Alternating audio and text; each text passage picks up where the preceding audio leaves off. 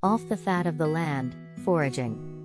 Once upon a time, in a dystopian future, California had become an urban wasteland.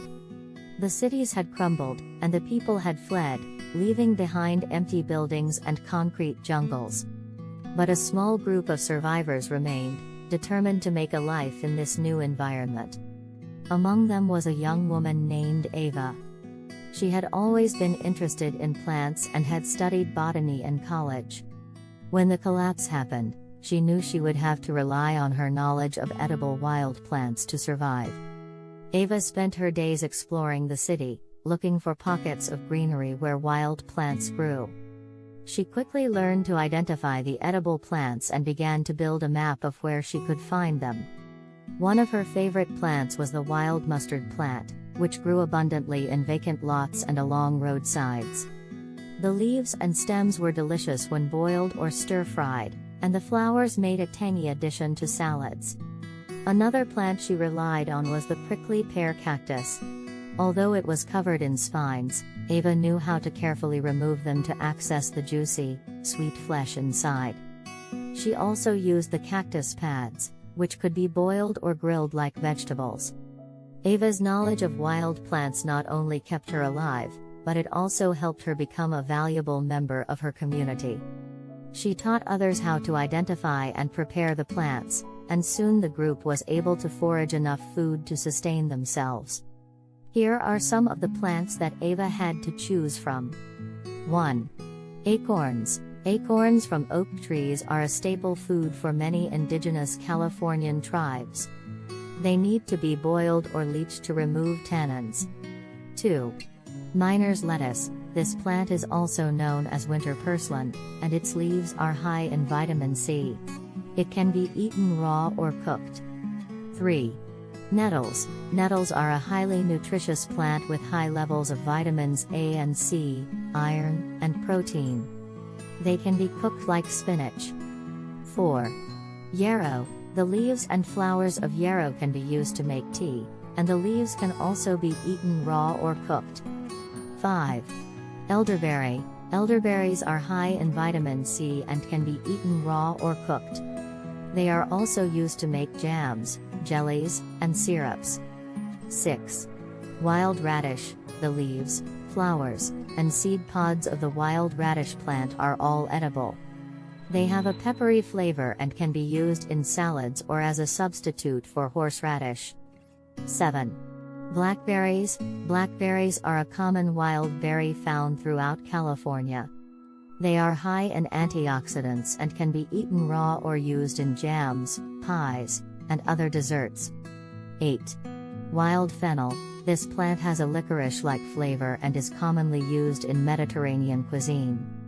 The leaves, stems, and seeds are all edible. 9. Prickly pear cactus. As mentioned earlier, the flesh of the prickly pear cactus is sweet and juicy and can be eaten raw or cooked.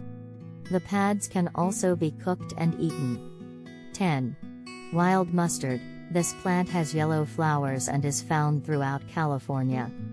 The leaves and stems can be cooked or eaten raw, and the flowers can be used in salads.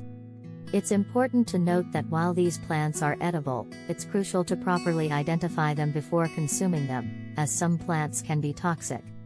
Here are some edible mushrooms that can be found in California. 1.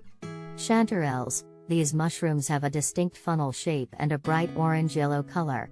They have a delicate, slightly fruity flavor and can be sautéed, grilled, or added to pasta dishes. 2. Morels. Morels are highly prized mushrooms with a spongy, honeycomb-like cap. They have a meaty, nutty flavor and can be sautéed or used in soups and stews. 3.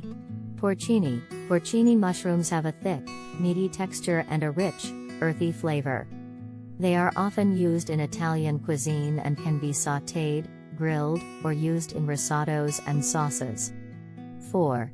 Oyster mushrooms. Oyster mushrooms have a soft, delicate texture and a mild, nutty flavor. They can be sautéed, roasted, or used in stir-fries. 5. Shaggy mane. These mushrooms have a distinctive shaggy cap and delicate white flesh. They have a nutty flavor and can be sautéed, grilled, or used in soups and stews. 6.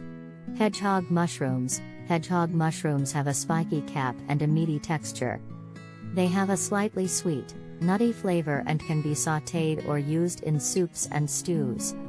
Again, it's important to properly identify mushrooms before consuming them, as some can be poisonous. It's always best to learn from an experienced forager or take a course on mushroom identification before eating wild mushrooms.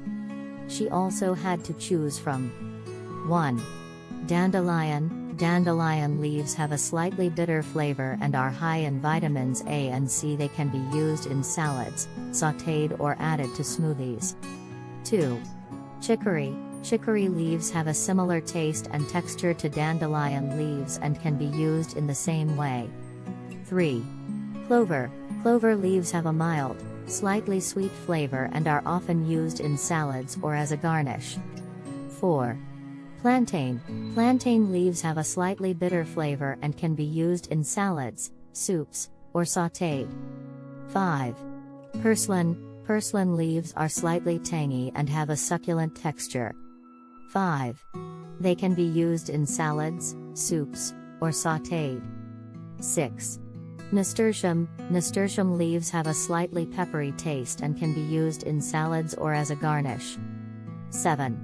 Lamb's quarters. Lamb's quarters leaves have a slightly sweet flavor and can be used in salads, soups, or sautéed. 8. Miner's lettuce. As mentioned earlier, miner's lettuce is also known as winter purslane and has a mild, slightly sweet flavor. It can be eaten raw or cooked.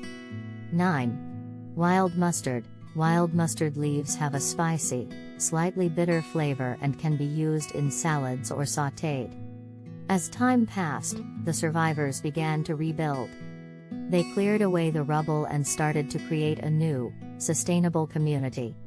But even as they began to grow their own crops, they never forgot the importance of the wild plants that had sustained them through the darkest days. Ava continued to explore the city, always on the lookout for new edible plants. She knew that no matter what happened, she would always be able to survive as long as she had her knowledge of the natural world. Again, it's important to properly identify plants before consuming them, as some can be poisonous. It's always best to learn from an experienced forager or take a course on plant identification before eating wild plants. Mother Nature always provides, you just have to know what you're looking for.